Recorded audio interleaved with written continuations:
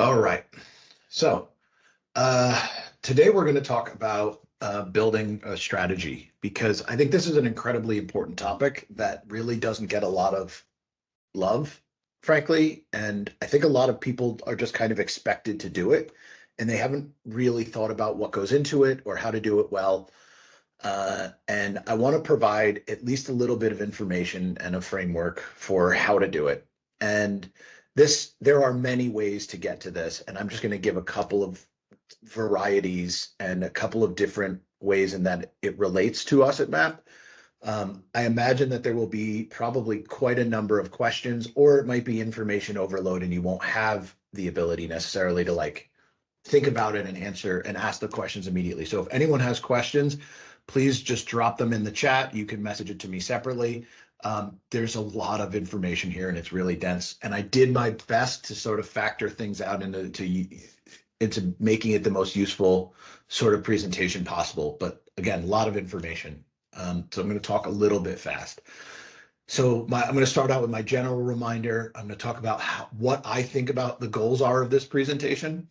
A little bit about how that factors into domain responsibilities, what and why, like what is strategy and why do we do it? What are some of the artifacts and types of strategy, how to create and then how to create that strategy, and then strategic questions versus tactical questions. A lot of what I'm going to talk about today is a little bit more focused on product management. And there's a reason for that, because I think it's in many ways something we can all understand, not only the product managers for whom it is their primary job, but also for engineers to sort of think about things in that product way, because that's how you're used to interpreting things. So this will cover a lot of the concepts that are going to be similar, but it's going to be more focused towards product management, and I'll make some of those call outs specifically. So I put this at the beginning of every presentation for a reason, because I want to remember that there is no one size fits all. And a lot of these things that I talk about are just possibilities. And the best way usually to put these concepts into play are ways that are more authentic to you. So you have to figure out what of these works for you. My goals for today are, I want everybody to understand the importance of strategy as a part of leadership. And I want to be able to give you tools for differentiating between strategic and tactical thinking, but also to enable thinking in terms of outcome and creating alignment, because that is a huge portion of what we do in management and leadership. And so part of that will be how to build the strategy, and you should have some understanding when you leave here. And I also want to give very tactical next steps for what you could, if you're listening to all this and you're like, well, I don't know what I'm going to do with all that information. There's going to be some very specific next steps that you can apply here. So why did we do the domain teams? I had very specific goals with that. I like to bring autonomy down to the levels of people who do the work. And I want people to feel ownership over the systems and processes. I also want teams to define their outcomes more locally in that global sort of map context. And you can't do that with just large teams and general structure. You need to give people the opportunity to take part in that. And I wanted communication to be improved, so it was a little bit more locally focused, and that happens better in smaller, well-defined groups. And so some of the expectations that I had placed on these teams that in some cases have been done and in some cases have not yet is to define product and engineering strategies for their own domains, to be able to measure themselves against their own and company goals. And I know we don't have company goals in that specific sense, which is a problem, but we're working towards it.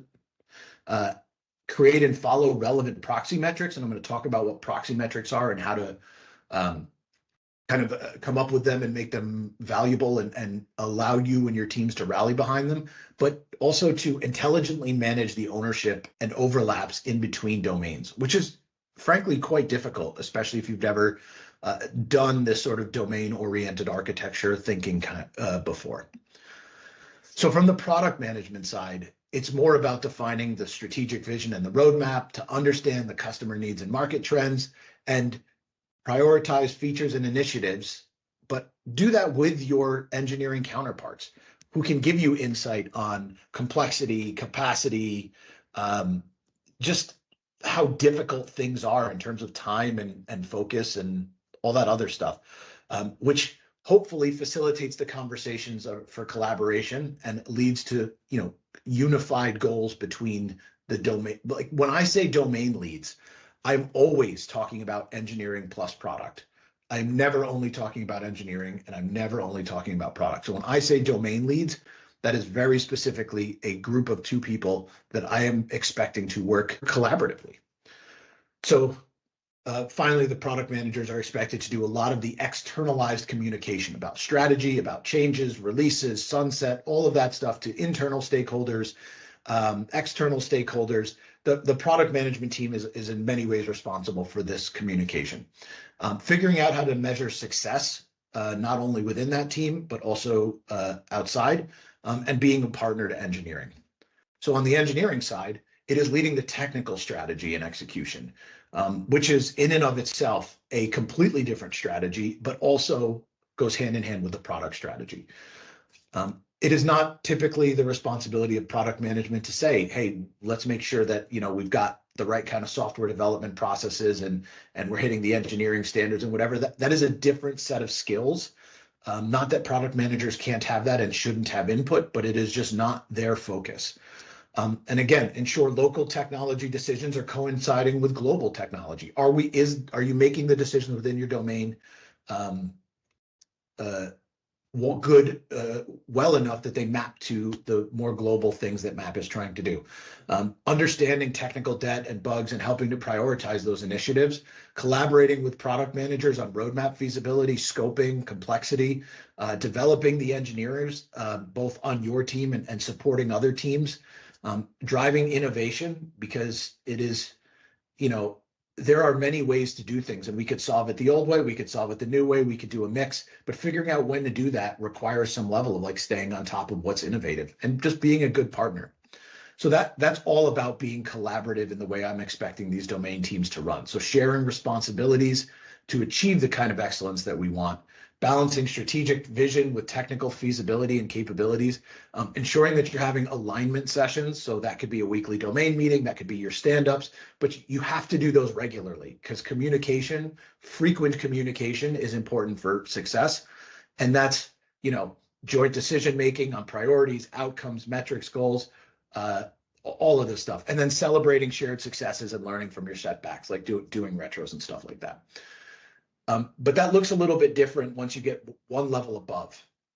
And so the expectation I have on the leaders of leaders when it comes to this is you're doing a lot of the same work, but you're ensuring that cohesiveness in between domain teams, ensuring that the focus is correct, the right communication, documentation, feedback are handled. You're facilitating the right kind of research and decision making, and some cases just being a sounding board and asking questions that you might have heard in another meeting or another domain or something where the people who are supposed to be more granularly focused are sometimes acting myopically, like sometimes really granularly focused. And it's kind of your job as leaders of leaders to pull them out a little bit and say, have you thought about this? Have you thought about that? And again, all the same stuff, celebrating shared successes, ensuring strategies ladder to the right kinds of goals and outcomes. So when, multiple domains strategies are put together, are they handled correctly?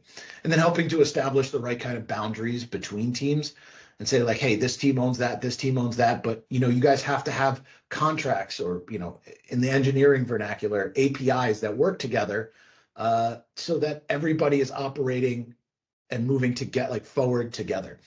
And all this is really important because it helps to build trust.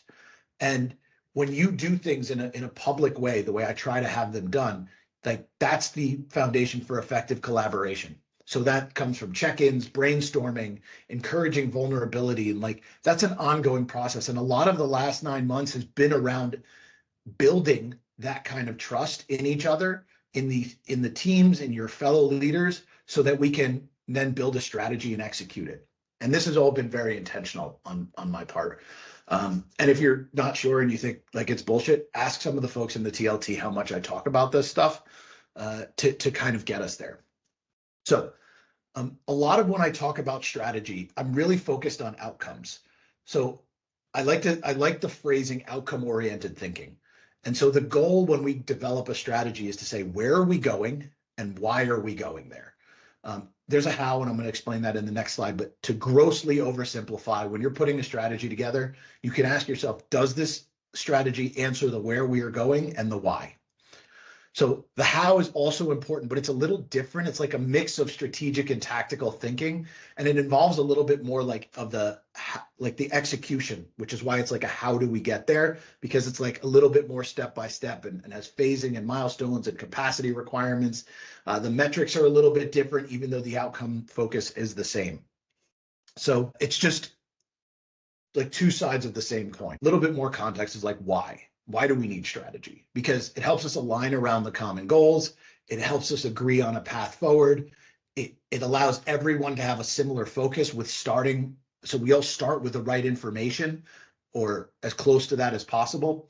And it delivers the needed like capabilities, like just information wise to users, to stakeholders, or to those involved.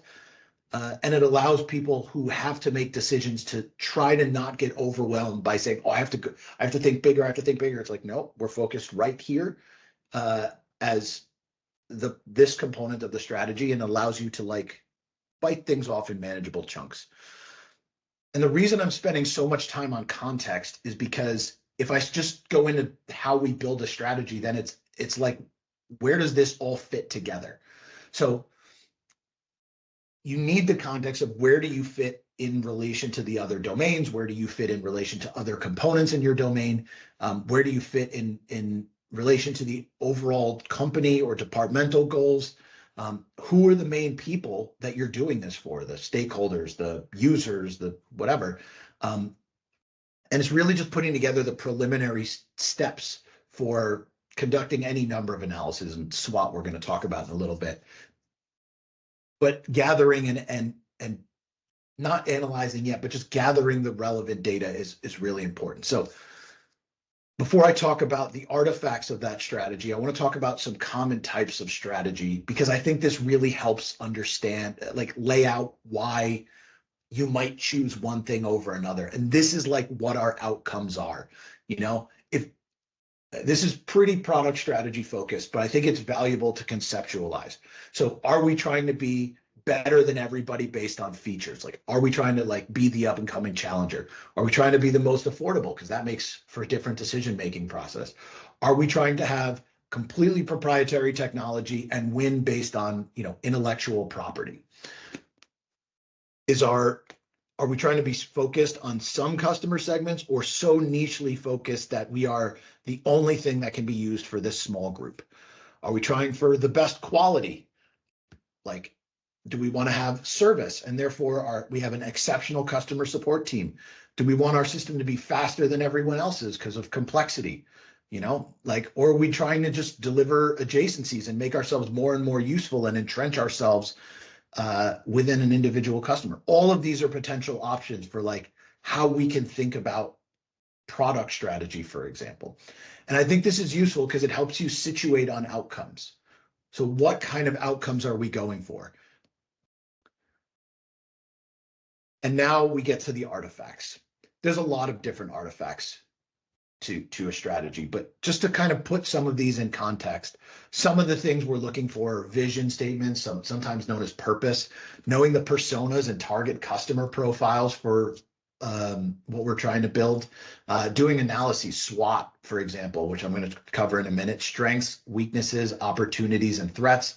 And there's other things like SOAR and noise and whatever, but they're like just being able to analyze this kind of data that you're gathering and putting them into and creating comparison matrices so you can show everybody, hey, we're choosing to work with this vendor, or we're choosing this particular feature because this reason, and just making it clear that you've done the work and can explain yourself. And this actually maps, the explanation is very product management focused, but that doesn't mean that the concept doesn't translate.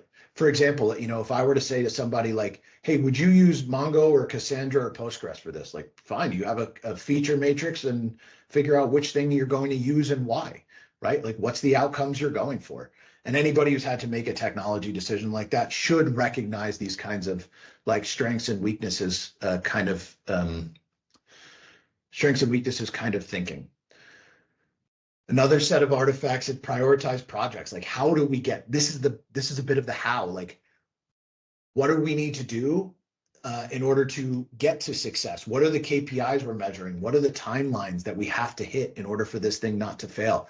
And usually, I mean, I sort of fall on PowerPoint or Google Slides or whatever, but the thinking is you just need something that is digestible, that people can like walk their way through, that kind of sets the context, builds the information, packages it, and says, and here's where we're going and why.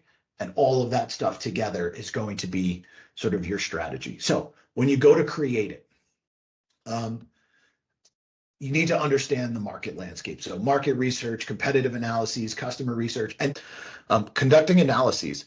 SWOT, for example, is one of the most common ones. And even in individualized coaching, like management coaching, you sort of sit down and say, okay, what are my strengths? What are my weaknesses?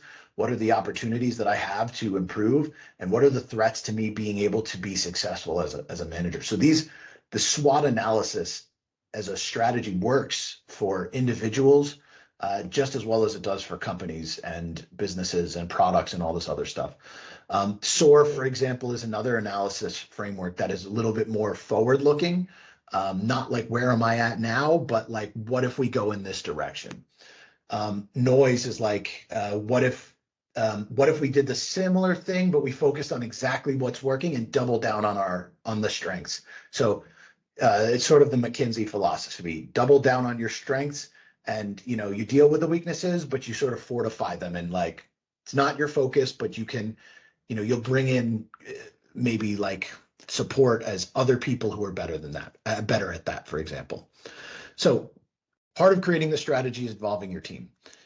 Some people think quietly, some people think out loud, and being able to just bounce ideas off of other people who are working in that vertical is incredibly helpful. Balancing long-term vision with short-term achievements. Coming in and saying, hey, we're going to do this thing, and we're going to build this beautiful new thing. And the first thing you're going to see of that is in 9 months. Everybody's going to be like, so I got to just I'm excited. And I got to forget about this for 9 months until I see it again. So figuring out how to balance that long-term vision of like something great is coming with, okay, at month 1, you're going to see this. At month 2, you're going to see that. At month 3, you're going to see this. Setting the KPIs to measure that success. So proxy metrics is a really great concept where we say, look, the company might have a goal of increasing retention, but how does that work for me? Like how am I relevant in increasing retention? And the answer might be your proxy metric might be something like we have 100 logins to this part of the tool a day, or 50 people are sending messages with this new workflow. That kind of thing is a proxy metric which can ladder into the strategic success. So understanding what your proxy metrics are to contribute to the company vision, the departmental vision, whatever it is incredibly valuable for as part of outlining that. And having continuous feedback as part of your refinement, whether that's from people on your team, whether that's from the users, whether that anything here that gives you regular input is like, am I still on the right track? Yes, is a good thing to have. So looking at some of these, and like, I don't want to spend a lot of time on this because I think it's very easy for anyone to go Google more about SWOT, more about SOAR, more about noise, and like you can do that on your own. But here's just some templates, right? Like you create these and say, and then share them and say, does everyone see this kind of the same way I do? And that's one of the ways you can get feedback here. So I just wanted to show you what they look like. Taking an inclusive approach to this is, in my experience, incredibly important, because on the domain level, people might feel very constrained. Like, I really want to fix this particular user flow, but it's this other domain's responsibility, but it makes my system better if the other flow works like this. Knowing that you're not operating on an island when you're building out a strategy, and being able to go to another team and say, hey, listen, your flow ends here, but if you just did this, here's all the other things it would enable in my world. And like, can we talk about what that would be and how we could possibly prioritize that? Because almost all initiatives, no matter how vertically autonomous we try to be, they end up being somehow cross-team. And so once we accept that, and then we try to balance our boundaries from what our team is capable of doing, so we don't get overly sidetracked with the needs of the other groups and how we can impact our proxy metrics and their proxy metrics, you end up finding these wins between teams that end up being almost in all cases greater than what your team could deliver on their own. Some of that comes from talking to stakeholders, simply folks outside of tech who don't care about the internal structure, and they're just like, this widget should do X, and you're like, yeah, that'd be great, but like that would take 2 years to build. It's like, okay, fine. Well, what is valuable about that widget? And then you take notes, and you're like, oh, well, you can actually do the parts that's valuable about that. Now we just got to figure out how to work it in. Well, if I talk to this team and this team, like we make sure we understand how that can happen. And just a reminder, take all input with a grain of salt, because everyone's opinion is really important to them, and it may not have any bearing in the reality of how it fits into the greater strategy or making it work within the confines of the technology we have or the time we have. So listen, but don't always feel free to push back or say, thank you for that input, but like we may not go in that direction. So components of a strategy, like mission, vision, purpose, like however you want to decide, however you want to define it. And there's nuances to all of those words for sure, but just being clear about this is where we want to go.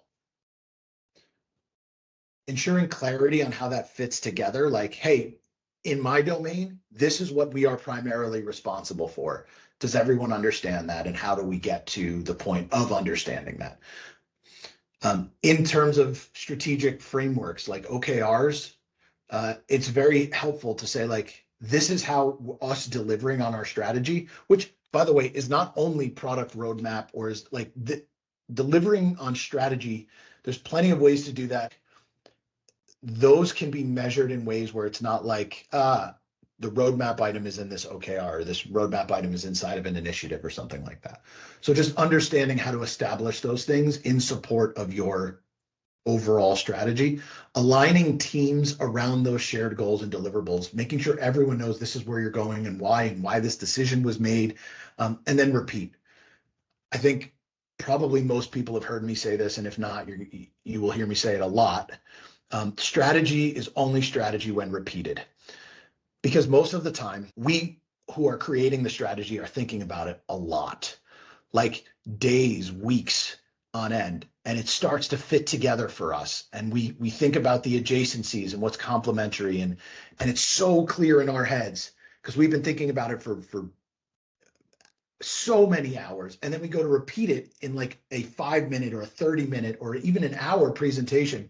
And then the people who are listening get an hour of like condensed, like dozens or hundreds of your hours of thinking, and it's never going to be as clear. So you have to do it like 1, 2, 3, 4, 5 times, and getting a little bit more granular and getting a little bit more engagement, because that repetition is how people understand it, and why you see me repeat so many of the same slides in town halls, because I want people to hear those things, because they might not hear it the first time. They might hear it the second or third time. The strong opinions weekly held is just a general philosophy that I have. And if anybody who's ever been in meetings with me, like, I do have strong opinions. And if somebody can give me a reason why my opinion is wrong, I'm usually like, yeah, okay, that makes sense. You're right. And so it is a strong opinion, but like, I'm open to new information all the time. More on the execution side. And this is a little bit more of the how. So having detailed tactics and action plans, like getting to the point where, okay, here's where we're going. Here's like the big part of where we're going, and then breaking it down into smaller components. Like, okay, here's what we're going to do first. Here's what we're going to research. And then from that, we're going to make a couple of decisions, and that might make an adjustment on timing or what's necessary to the skills that are necessary. Who can own this? Like, maybe we do 4 out of these 5 parts inside of this domain, but in the other domain, they're going to need to do the 5th part in it. A great example of that is like the chatbot. The data science team is doing a ton of work there to make sure that it is really well executed from a like a concept and a capability, but they don't have the resources to deliver the front end and the interactive part of that. And so the data science team went to another domain and said, hey, we need some help. Like the success of that part of their strategy to include AI in like the business intelligence thing can't be executed solely by the data science team. And it involved first the analytics team and now the front end chapter. And it's just everybody sort of saying like, here's our components to success. And we all have to kind of take part in it and make priority adjustments as we think are necessary. When you actually go through and start deciding what does success look like, some of it will just come from, is the thing done? And having a good definition of done and everyone agreeing on that definition of done. The milestones on how to get there so that you can say, hey, we're almost there, or, we're only halfway there and it's been more complex or simpler than we've thought up to this moment. But also what those KPIs for success look like. If we build this BI chatbot and it's accessible, and then we have 0 users, like that's a pretty big failure. So, what do we need to do? Do we need to create more learning content as a part of the delivery thing? Do we need to market it better? Do we need to show a bunch of use case videos for how it can be successful? So like, what are the KPIs that show that we've done a good job with this? And then creating the artifacts that show that you've done your work and that you've done your thinking, and then communicate the strategy and share the artifacts. Again, repeat. Because as people start to understand it, they can like constructively poke holes in it. And you can make those adaptations as are necessary. And then figure out what metrics are proving your success. So again, proxy metrics are really valuable when you have the component of the overall strategy or a component of the overall strategy. And this one is particularly important to me, which is just transparency, because this is how I build trust. Like, I am not everyone's cup of tea. I know that, like, when I sit in a room, sometimes people are like, this fucking loudmouth, and I know that's how people think about me, and that's okay. But like, yeah, sometimes I'm a loudmouth and sometimes people see me as a know-it-all. But one of the things that happens is that I always go back and show my work. And so when I'm like, hey, we're going to do this, this, and this, and then people are like, oh yeah, I'll believe it when I see it, that guy's just talking. And then we go and we do the thing. And then I can say, hey, remember how I said I was going to do that? And we did it. Cool. Now I'm going to do this other thing. And now that just starts building trust that even if you don't like who I am or how I deliver the information, you're starting to trust my word. And that is something that is, in my opinion, quite authentically me. And how I've chosen to be like a leader and deliver information, because I know I'm not always going to rub everyone the right way. So I try to be very transparent and I say, hey, like, let's talk about this thing. And if you don't want to talk about it, because I happen to be a little bit like commanding or too much, then like you can still look at it and not have to deal with me head on and send me a note later. And I want people to be able to discuss their the documentation. And that's why I try to create artifacts and say, here, like, let's discuss. And this is another thing that I think about quite regularly, is that asking for somebody's feedback is great on an idea, but once they see a wireframe, now it's like you've put your idea on paper, they've seen it, and they can be like, I thought I liked that idea, but this is not great, and here's why. Or, you know what, this is so much better. I didn't quite understand the visual that you were trying to create for me. And so one of the things I try to get everyone to do when I'm asking people to show your work is like, start with a wireframe. I don't care if it's a back of a napkin and you just draw it out and then you expand on it, but just getting everybody visually onto the same page, because some people are auditory learners and some people are visual learners. And when you can put those two things together, then you have a much more powerful communication framework with which to say, here's what I want to do, and here's why, and here's how we're going to get there, right? That's the outcome and the transparency. So I want to talk a little bit about prompts. If you've been in any of these trainings before, one of the things that I find incredibly valuable is just giving people questions to ask, because it's really easy to say, oh, you need to think more tactically, or you need to think more strategically. But what does that really mean? Like, how does that translate to something like that you can grasp? When somebody says, don't ask an open-ended question, or ask more open-ended questions rather. Don't ask yes or no questions. Like, give some examples of that. I try to do that in all of the things that I'm teaching or talking about. When I think about prompting people to be able to ask these questions to facilitate a discussion, it's like, okay, how do we be more strategic in our thinking? A couple of examples here. What are the long-term goals of your domain and how do they align with a product vision? That's very strategic. Like when you're thinking up here, you know, the 10,000 or 50,000 foot or meter, whatever view, like you got to ask these bigger questions. And if you don't know what the answers to them are, odds are your strategy is going to reflect the fact that those things are unclear to you or to the people who are reading it. And if you're not sure what the bigger product vision is, that's also sort of a sign that says, I need to go back and do my context, my research work. Another strategic question is like, how can emerging tech or industry trends impact our domain in the next 12 to 24 months? I mean, this is one that we all should be thinking about, because if you're following any of the OpenAI stuff, GPT-5 is set to be released in November. Like, what does that mean? Probably a lot, right? Because we saw what happened when GPT-4 came out and it was really good and could do all this stuff that we weren't expecting. And like, what's GPT-5 going to be, you know? So understanding that the trend of GPT-5 and some of these like Claude version 3 and like Falcon version 2, like all of these things are saying, hey, we're going to become more commercialized and easier to use for businesses. Great, that's going to impact us. So knowing that should help facilitate the right kind of discussion about how we use AI, just as an example. Who are our main competitors and what can we do to differentiate ourselves from them? And by the way, I'm not saying that this information doesn't exist, but knowing that like, hey, for this particular feature, Braze is our competitor. For this other one, Amarsis is our competitor. And it's not, are we trying to go feature parity? Because yeah, at some level you want feature parity for basic stuff, but you want a differentiator. Like, what do we do at MAP better than everybody else? And how can we double down on that? And so who are our main competitors when we lose deals? You know, like these kinds of questions help talk about strategic versions of these thoughts. On the tactical side, you know, like those are the big questions, but it's like now the how or the what in some cases.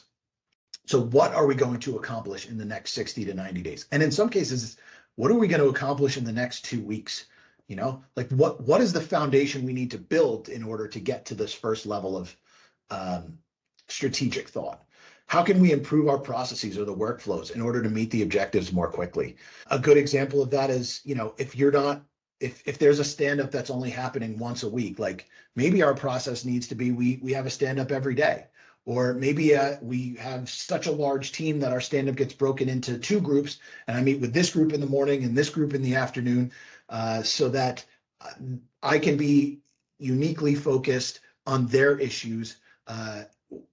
You know, like whatever these things are, this is sort of the tactical thinking that we employ when we're trying to deliver something strategic. What are the metrics that measure progress or success? You know, there are the metrics that are the big ones, the strategic ones, the company goals, the profitability, COGS, all of these business things that are like, you know, more revenue focused. But the metrics that we can look at is like, you know, for example, some of our agile processes, like what is our velocity on points, or how long does it take to implement some of these 2 or 3 similar features? And then there's the question of short-term trade-offs.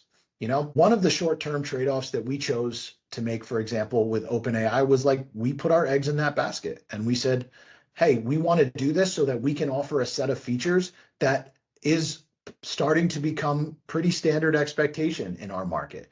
And that was a short-term trade-off we made to buy time so that our salespeople can go out and use those in their sales collateral. Our marketing people could talk about it to give us some time to like fix some of these technology debt issues that we have.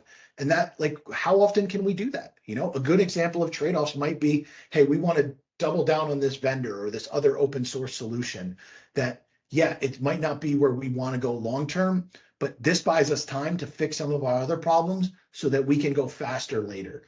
So thinking about these things, the going faster later is the strategic side, but what are we doing now here to make these things be a little bit more effective? That's the tactical thinking as we're balancing that. So I kind of rushed through a lot of this information. And one of the things that I think is probably difficult to wrap your head around is exactly how much information is in the last 20 plus slides. Yes, I've been talking for almost 40 minutes straight, but the amount of learning and just information in here, if you went through this deck 4 or 5 times, you'd probably get something new and valuable each time. And so I encourage you to absolutely read through this deck multiple times. Ask me questions. If you want me to dive deeper on another topic in the lecture, in another lecture, or talk about it now, I'm happy to do that. But if you walk away with anything as a first sort of pass through this deck, like these are some of the things I would like you to walk away with. First, there've been thousands, hundreds of thousands of strategies written before.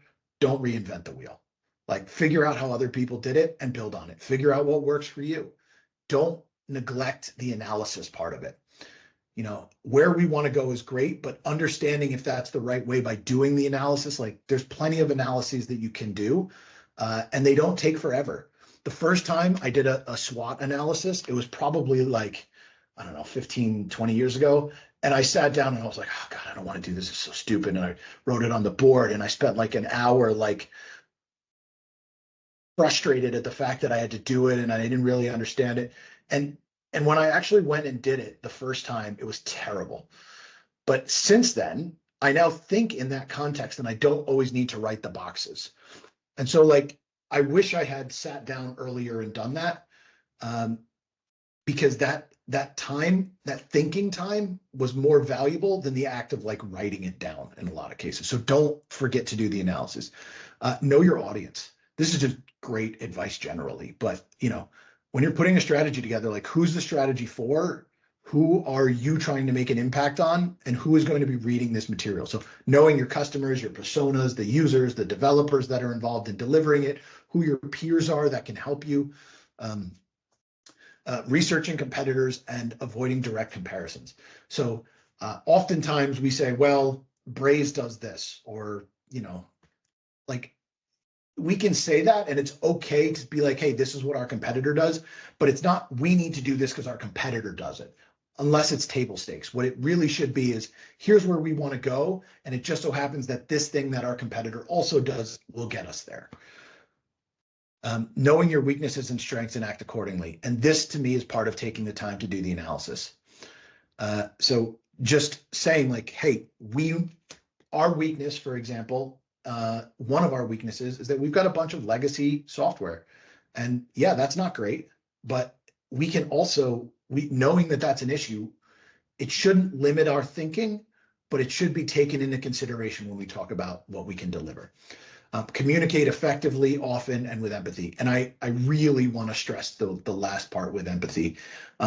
Most of us here, and I would love to say all of us, but most of us, we're just here, like, we're doing the best we can.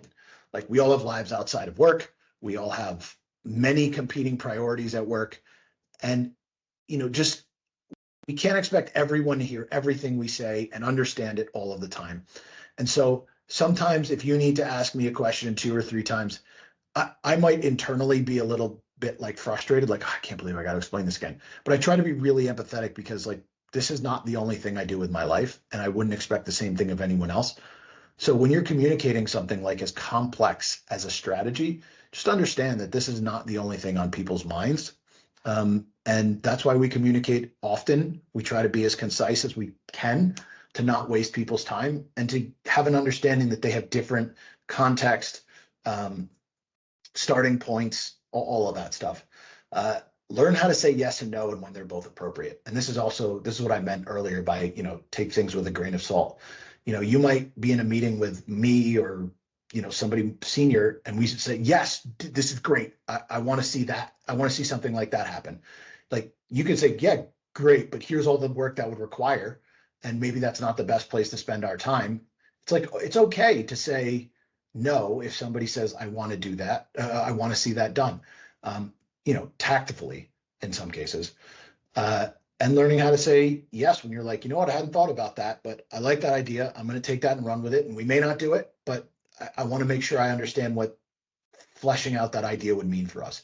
And then the last bit is like to keep the artifacts updated, because when you're creating all of this information, it helps to keep your thoughts organized in whatever consistent structure you want. And the more documentation you create, the harder it is to keep updated. And it's also okay to like throw away old documentation and start again and say, hey, like this is no good anymore. I've created this new document because it's easier to keep track of. And that'll help anybody else who needs to read your strategy, understand your thinking, and help you execute or help you think about things in a clear way. So all of this was to tell you the strategy, the goal of the strategy most of the time is just to create alignment and give everyone in the same direction. And yeah, there's a lot of research involved. There's a lot of writing involved. There's a lot of thinking involved. But it's really creating like the right kind of mix of like high level information, mid-level information, and low-level information. So all the things that we talked about are kind of the starter kit. And in here, everyone has access to, should have access to this, this PowerPoint. But there's two particular documents that I think are really valuable for the product managers, which is Gibson Biddle's Intro to Product Strategy, which is like a dense, probably 30, 40-minute read. But I think I probably read it 4 or 5 times over the years, and it's helped me contextualize a lot of my thinking. And AHA, which is just a company that does like, they're similar to like Miro in some ways. They've got a bunch of product strategy documents that I think are quite valuable as templates to sort of facilitate thinking. So take some of the stuff we talked about today, or I talked at you about, and start thinking about how you can apply that. Again, this was focused towards product management, but a lot of these things, creating the strategy can apply to creating a technology strategy, can apply to creating an IT or a DevOps strategy, can apply to strategy for your personal relationships. Like a lot of these analyses techniques are quite valuable and consistent across the board. So if anybody has any questions, please feel free to drop them into the chat. I'd be more than happy to take your questions. And I think I hope that this was like a valuable starting point for how to create structured thinking in the form of strategy.